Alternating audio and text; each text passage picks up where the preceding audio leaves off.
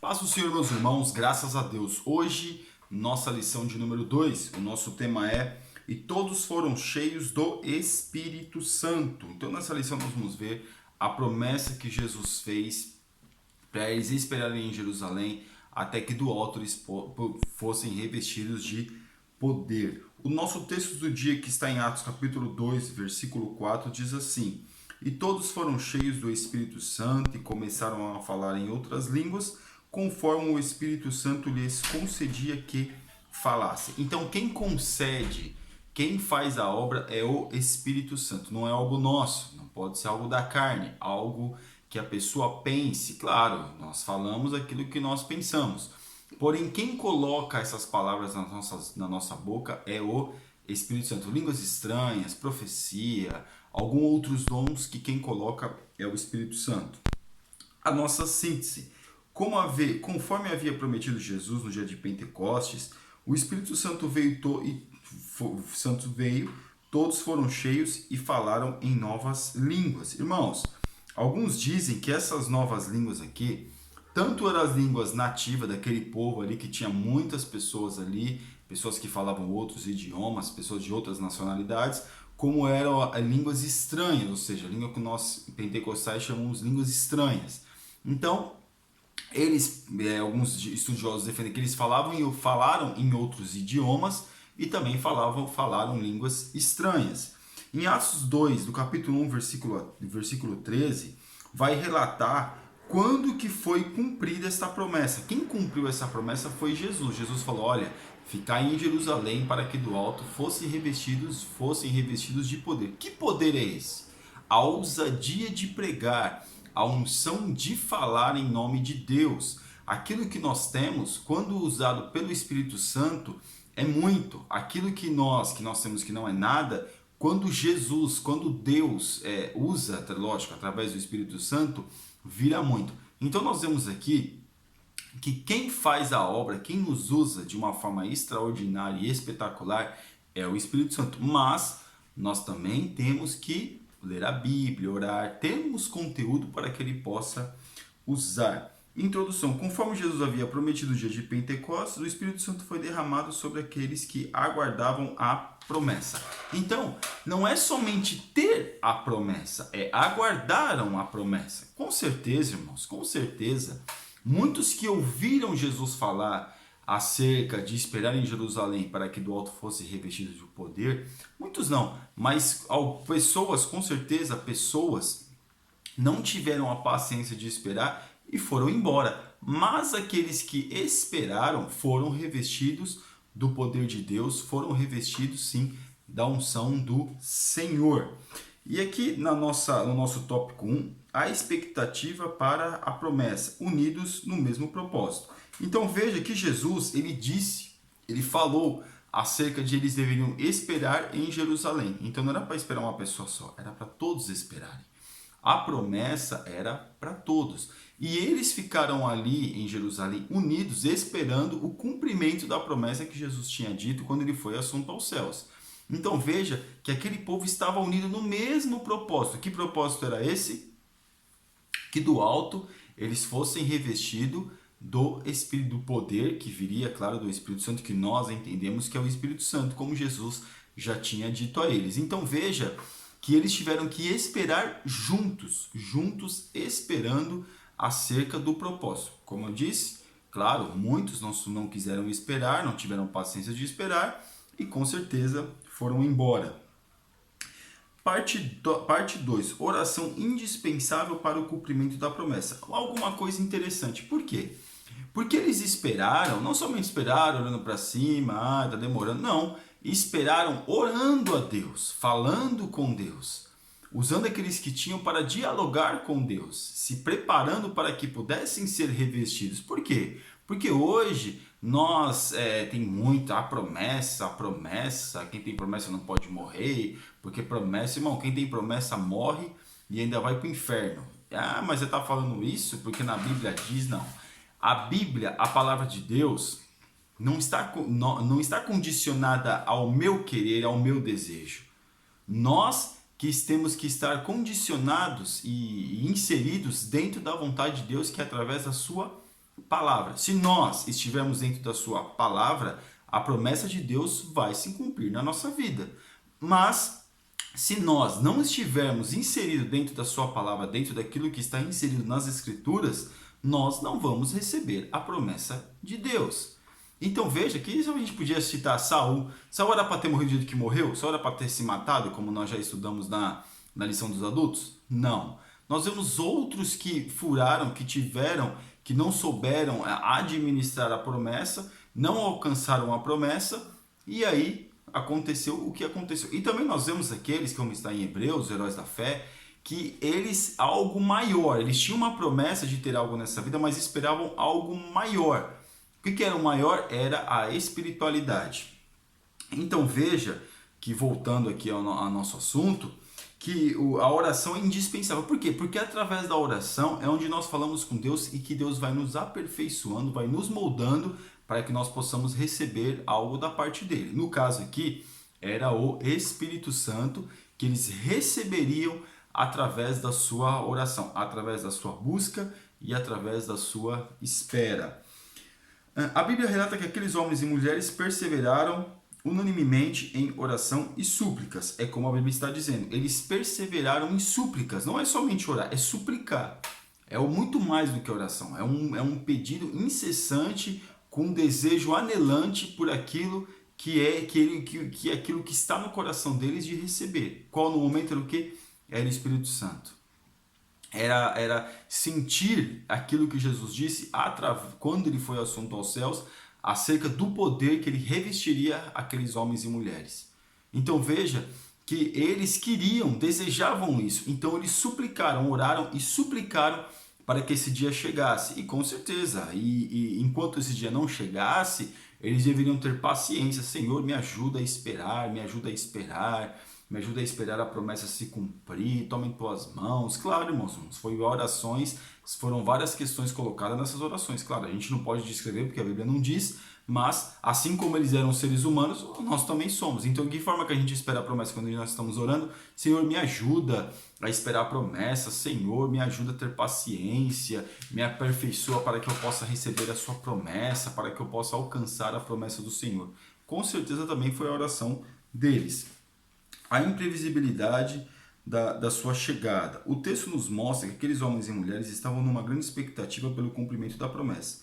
Então veja, meus irmãos, algo espiritual. Eles estavam na expectativa do que seria isso, do que seria esse revestimento.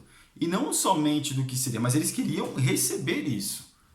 Não queria que, eu vou lá para ver o curioso, não. Todos queriam participar, porque hoje na igreja, infelizmente as pessoas veem o Deus usando um, Deus usando outro, uma sentindo aqui, outra ali, e acha que não precisa sentir aquilo, é um mero espectador. Ali não tinha pessoas que queriam ficar ali olhando ou assistindo. Claro, muitos viram e falaram, essas pessoas são indoutas, como é que eles falam essas línguas? Eles estão falando na língua e eu estou entendendo o que eles estão falando, claro. Muitas pessoas que estavam ali, com certeza, tiveram essa reação. Mas eles que estavam esperando, sabiam o que estava esperando. Desejavam aquilo que estava esperando, não somente como a gente, às vezes o pregador faz a ministração, vem aqui na frente, aí ninguém vai. Mas quando vai uma pessoa, vai todo mundo para frente, ou seja, só porque um foi, vai todo mundo. Não, naqueles dias não. Todos estavam desejosos pelo Espírito Santo. Não era porque um queria, porque os outros tinham que querer também. Não, todos estavam desejosos pelo poder de Deus. Cheios do Espírito Santo, sinais da presença do Espírito Santo. Quanto à descida do Espírito Santo no dia de Pentecostes, alguns sinais sobrenaturais aconteceram. Primeiro, um som do céu como de um vento. Depois o som, diz o texto, diz que foram vistas línguas repartidas como de fogo, as quais pousaram sobre cada um deles. Então veja que os sinais começaram a acontecer através da descida do Espírito Santo. Então os sinais começaram a acontecer, eles começaram a ver sinais, pessoas começaram a testemunhar daquilo que estava acontecendo e também viram que era algo sobrenatural. Então pessoas que não eram crentes, pessoas que não compartilhavam daquela fé, acabaram testemunhando isso e viram que realmente era algo sobrenatural. falando em outras línguas. A Bíblia relata que todos foram cheios do Espírito Santo e começaram a falar em outras línguas conforme o Espírito Santo lhes concedia que falassem. Esse sinal, é aquilo que nós estávamos falando, esse sinal, as línguas estranhas, demonstrou claramente que era algo divino acontecendo naquele local, pois aqueles homens de repente começaram a emitir palavras de uma língua desconhecida. Falavam aquilo que o Espírito Santo lhe concedia que proferissem. O termo usado no grego refere-se a um falar inflamado ou entusiasmado. Eles não estão pregando, mas exaltando a Deus no poder do Espírito naquele momento especial. Aqui eu vou até ler toda essa parte. Não foi a jubilosa oração em línguas do grupo de discípulos que levou aquelas pessoas ao arrependimento, mas a pregação poderosa de Pedro. Então veja que não é o falar em línguas que as pessoas vão converter. Falar em línguas é um sinal. O que vai se converter é a pregação do Evangelho. Mas aqui não está detalhando, como eu tinha dito, acerca de falar em outras línguas, que as pessoas entendiam aquilo que eles falavam. Então isso também aconteceu. Alcançando outras nações. Interessante perceber que havia naqueles dias pessoas de muitas nações. É aquilo que nós estávamos falando. Em torno de 15 regiões do vasto Império Romano. Então eles falaram em língua estranha, aquelas pessoas que estavam lá entendiam aquelas pessoas falando em outras línguas. Então eles entendiam o que estava sendo falado, como nós falamos, algo sobrenatural. O propósito do Espírito Santo. Toda pessoa nascida de novo tem o Espírito Santo. Irmãos, a partir do momento que a pessoa aceita Jesus, ela tem o Espírito Santo. O batismo do Espírito Santo, o falar em línguas, é uma evidência do batismo. Tem pessoas que não têm o dom de línguas, mas ela fala uma coisa ou outra acerca do batismo do Espírito Santo. E dizem que tem pessoas que não falam nada, mas são batizadas no Espírito Santo. Né? Então veja que a igreja, a Assembleia de Deus Ministério do Belém, ela vê a língua estranha como uma evidência. Né? Falou em língua estranha uma vez, foi batizado com o Espírito Santo, pelo menos uma vez falando em língua estranha, então é uma evidência do batismo com o Espírito Santo. O batismo com o Espírito Santo como revestimento de poder. Ser batizado com o Espírito Santo não é somente para falar em língua estranha. O batismo com o Espírito Santo não serve somente para falar em língua estranha. Para o culto está abençoado, eu também quero sentir, e começa aquele movimento, eu preciso falar em língua estranha porque senão o povo vai dizer que eu não sou crente. O Espírito Santo não serve, não é para isso. Falar em línguas é algo que você está sentindo, mas o revestimento aqui de poder é ter autoridade, é sentir com mais proximidade a presença de Deus, a presença do Espírito Santo, para mudar a nossa vida, para que quando nós formos pregar a palavra de Deus, nós pregamos o quê? Com autoridade, nós vamos pregar com autoridade, com evidência, com amor, colocando o nosso coração o quê? Em Deus, colocando o nosso coração, evidenciando aquilo que está nas Escrituras. Então veja que o batismo com o Espírito Santo é para isso. Não é somente para chegar dentro da igreja para não ficar feio para mim eu vou falar em língua estranha. Não é, meus irmãos, não é para isso. Não é, claro, é bom isso, mas não para mostrar para ninguém que nós somos crentes, ou somos mais crentes, ou somos cheios do Espírito Santo, ou somos batizados. O batismo com o Espírito Santo não é para ninguém se amostrar e ninguém para dizer que é isso, ou que é aquilo, que é mais ou que é menos. Não é para isso. É para que a gente venha ter um particular, uma proximidade maior com Deus, uma evidência verdadeiramente que nós temos o desejo de buscar. Claro, hoje em dia no meio dos jovens, quando eu era mais novo, hoje eu tenho 34 anos, mas quando eu tinha meus 17, 16 anos, comecei para a igreja com 13 anos, eu via muito disso, né? Principalmente quando eu ingressei na mocidade, eu via muito disso. Que os jovens faziam reuniões e em reunião, o desejo do jovem era ser batizado, eu preciso ser batizado, e era uma reunião, e numa campanha aqui e ali, para ser batizado. Hoje não tem mais isso, hoje o jovem não liga mais para esse negócio de batismo com o Espírito Santo, não liga. Antigamente era aquela expectativa, chegar ao congresso, onde a gente vai se preparar, onde não sei o que, claro, Deus não batiza só no congresso, mas existia uma expectativa, hoje não existe mais. Mas é por quê? A culpa é da palavra de Deus? Claro que não, a culpa nossa. Somos nós que temos que buscar o Espírito Santo. O Espírito Santo está disponível. Enquanto a igreja não for arrebatada para o céu, enquanto Jesus não vier arrebatar a igreja, o Espírito Santo está disponível. Então, nós podemos orar, se preparar, suplicar, desejar. Essa oração de súplica feita por aquelas pessoas pode ser feita hoje. Se você deseja realmente o Espírito Santo, suplique a Deus para que você possa alcançar. O Espírito Santo como guia e santificador. Uma das coisas mais lindas do Espírito Santo é essa. É o guia santificador. O que é isso? É aquilo que a gente, quando nós vamos fazer algo de errado, a gente fala, mas o Espírito Santo de Deus está nos acusando. Não é que está nos acusando, ele está nos avisando. Ele está nos alertando que ali é um perigo, que não é o desejo dele que nós venhamos fazer assim. Não é o desejo do Espírito Santo que a gente venha ter certas atitudes, colocar certas coisas em prática. Não é o desejo do Espírito Santo. O desejo do Espírito Santo é que a gente venha melhorar. Por isso que quando a gente vai fazer algo errado, ele está nos avisando.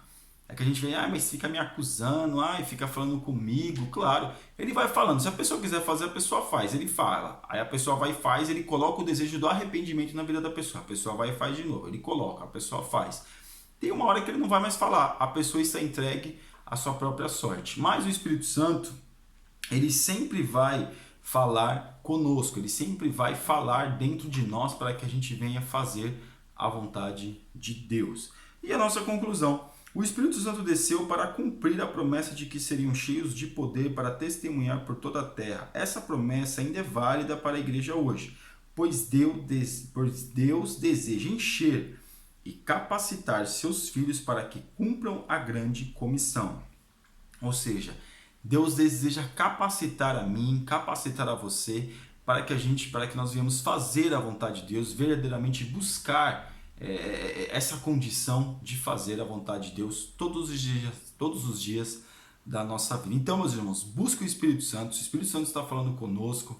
Vamos dar ouvido a Ele. Ele é o Espírito de Deus, o Espírito que o Senhor Jesus prometeu para nós. Então, nós temos que dar ouvido a Ele para que a gente venha estar, principalmente aqui na parte 3, aqui do tópico 3, a parte 3, um processo de santificação, melhorando a nossa vida, nos adequando ao quê?